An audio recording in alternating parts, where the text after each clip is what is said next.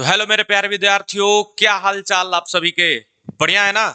चलिए, तो आपका भाई अमरजीत एक बार फिर से आप सबके बीच आ गया है और बहुत ही इंपॉर्टेंट वीडियो के साथ, क्योंकि आपका सेंटअप एग्जाम भी स्टार्ट हो चुका है और आपके फाइनल एग्जाम में 2025 में भाई साहब अब कुछ ही दिन बचे हुए हैं, 2 से ढाई महीने ही बचे हुए हैं। तो आप सभी को इंतजार होगा कि कहीं से भी हमें क्वेश्चंस की बारिश हो जाए, कहीं से भी हमें उन गेस क्वेश्चन से प्राप्त कर लें जिससे हम लोग एग्जाम में बेटर परफॉर्मेंस कर सकें और हमारा एक भी क्वेश्चन नहीं छूटे। तो आज की इस वीडियो में मैं लेकर आ गया हूं 5 लघु उत्तरीय क्वेश्चन जो कि आपके बोर्ड एग्जाम और सेंटअप एग्जाम में पूछने की संभावनाएं हैं और ये क्वेश्चन साइंस से रहने वाले हैं। ठीक है बाबू, तो आप सबका इंतजार हो गया है खत्म। तो चलिए बिना किसी देरी किए हुए वीडियो को स्टार्ट करते हैं। तो इन महत्वपूर्ण क्वेश्चंस में सबसे पहला जो क्वेश्चन है वो है आपका उत्तल दर्पण तथा अवतल दर्पण में अंतर स्पष्ट करें। देखिए, ये पहले चैप्टर का है और मोस्ट इंपॉर्टेंट है। ऐसा ही नहीं मैं बोल रहा हूं, क्योंकि आप लोग क्वेश्चन बैंक उठाकर देखिएगा, प्रीवियस ईयर एमसीक्यू से या फिर लघु उत्तरीय दीर्घ उत्तरीय देखिएगा, इसमें ये बहुत बार पूछा गया है। ऑब्जेक्टिव में भी पूछा जाता है और सब्जेक्टिव में भी। तो आपको अंतर स्पष्ट करने वाला जब प्रश्न पूछा जाएगा तो आपको बस लिखना है कि उत्तल दर्पण तथा अवतल दर्पण में निम्नलिखित अंतर है। मैंने यहाँ छोड़ा हुआ है, आप लोग लिख लीजिएगा। तो एक तरफ उत्तल दर्पण और एक तरफ अवतल दर्पण लिखेंगे, इसी प्रकार से आपका होना चाहिए। ठीक है, लिखावट। तो देखिए, तो पहला अंतर इसमें लिख सकते हैं, इसका परावर्तक सतह उभरा हुआ रहता है। उत्तल दर्पण का परावर्तक सतह उभरा, ऐसा ऐसा उभरा हुआ रहता है, यहां से रिफ्लेक्शन होता है। ठीक है, लेकिन अवतल दर्पण का परावर्तक सतह धंसा हुआ रहता है, ऐसे। ठीक है, चलिए दूसरा अंतर, इस दर्पण में सीधा छोटा काल्पनिक प्रतिबिंब बनता है उत्तल दर्पण में, और आपके अवतल दर्पण में छोटा भी बनेगा, बड़ा भी बनेगा, वस्तु के आकार का भी बनेगा, लेकिन वास्तविक बनेगा और बाबू आपका उल्टा बनेगा। ठीक है, चलिए तीसरा आप एक लिख सकते हैं, इसका दृष्टि क्षेत्र अधिक होता है उत्तल दर्पण का, और अवतल दर्पण का उत्तल की अपेक्षा कम होता है। ठीक है, तो ये 3 अगर आपने लिख दिया तो 2 नंबर आपके पक्के हो गए। चलिए आपको नेक्स्ट क्वेश्चन की ओर ले चलते हैं। तो आपका दूसरा क्वेश्चन है वो है अम्ल तथा क्षार में अंतर। देखो भाई, एसिड और बेस बहुत इंपॉर्टेंट चैप्टर है। इस चैप्टर से आपके ऑब्जेक्टिव भी पूछे जाते हैं, सब्जेक्टिव भी पूछे जाते हैं, और अम्ल क्षार तो पीछा छोड़ने वाला है नहीं। तो देखो, आपका अम्ल क्षार में अंतर सेम लिखेंगे कि अम्ल और क्षार में निम्नलिखित अंतर है। मैंने छोड़ा हुआ है, आपने लिख लीजिएगा। ठीक है भाई, तो एक तरफ अम्ल एक तरफ क्षार। देखो, अम्ल जो होता है वो स्वाद में खट्टा होता है, लेकिन जो क्षार होता है वो स्वाद में कड़वा होता है, सबको मालूम है। फिर दूसरा, यह जल में घुलकर, जो अम्ल होता है जल में घुलकर हाइड्रोजन आयन देता है, और जो क्षार होता है जल में घुलकर हाइड्रोक्साइड आयन देता है, OH माइनस आयन देता है। ठीक है बाबू, तीसरा भी लिख सकते हैं कि अम्ल जो होता है नीले लिटमस को लाल कर देता है, और आपका क्षार जो होता है लाल को नीला कर देता है। ठीक है, चलिए नेक्स्ट क्वेश्चन देखते हैं। तीसरा क्वेश्चन है, ऑक्सीकरण तथा अवकरण में अंतर स्पष्ट करें।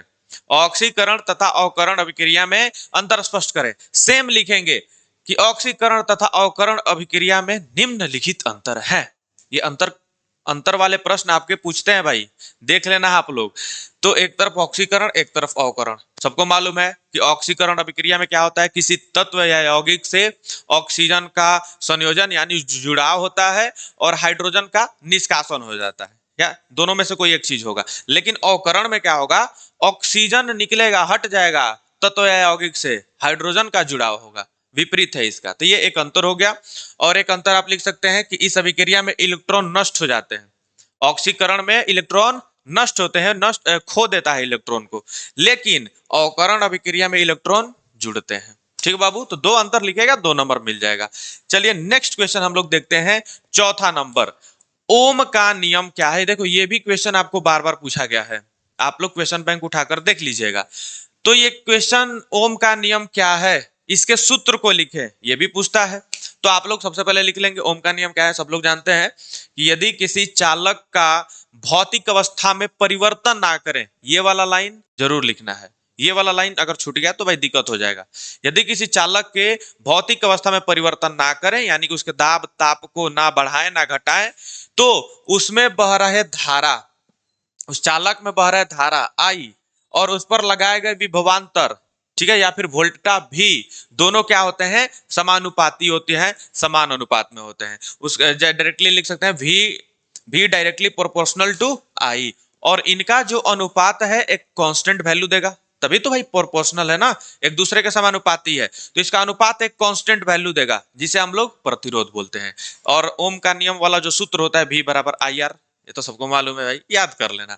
चलो नेक्स्ट देखते हैं 5वां नंबर, उदासीनीकरण अभिक्रिया क्या है, 2 उदाहरण दीजिए। अब ये जो क्वेश्चन है आपको जन्म जन्मांतर तक पीछा नहीं छोड़ेगा, ये हमेशा पूछता है भाई, ये हमेशा पूछता है। इसको आप लोग याद कर लो कैसे भी, बहुत ही सिंपल है। जब अम्ल तथा क्षार मिलते हैं तो क्या बनता है बाबू, लवण तथा जल बनता है। इसी अभिक्रिया को हम लोग उदासीनीकरण बोलते हैं। ठीक है, जब अम्ल मिलेंगे और क्षार दोनों आपस में मिलेंगे ना तो लवण बनेगा, यानी सॉल्ट बनेगा, नमक बनेगा, और आपका क्या बन जाएगा, पानी बनेगा। उदासीन हो गया, न्यूट्रल हो गया भाई, इसे ही हम लोग उदासीनीकरण अभिक्रिया कहते हैं। 2 एग्जांपल लिख दीजिएगा, HCl हाइड्रोक्लोरिक अम्ल और NaOH जब मिलाएंगे, ये क्षार है तो NaCl प्लस H2, NaCl क्या है, साधारण नमक है भाई, H2O जल है। उसी प्रकार KOH पोटेशियम हाइड्रोक्साइड को जब H2SO4 सल्फ्यूरिक अम्ल के साथ मिलाएंगे तो आपका K2SO4 बनेगा, पोटेशियम सल्फेट, ये भी एक लवण है, और H2O बनेगा, जल बनेगा। ठीक है बाबू, तो ये आपके टोटल 5 क्वेश्चन है जो कि आपके बोर्ड एग्जाम 2025 और सेंटअप एग्जाम में भी पूछे जाने की संभावना है, तो इसको आप लोग रट लेना। और ऐसे ही वीडियो अगर चाहते हैं तो कमेंट कर देना कि हाँ सर जी ऐसे ऐसे और वीडियो बनाइए, ताकि हमें सपोर्ट मिल सके, हमारा मेहनत को और 4 चांद लग सके। तो ठीक है, अगर वीडियो पसंद आया होगा तो एक बार लाइक जरूर करेंगे, और चैनल पर नए होंगे तो चैनल को सब्सक्राइब जरूर करेंगे। Bye bye, take care.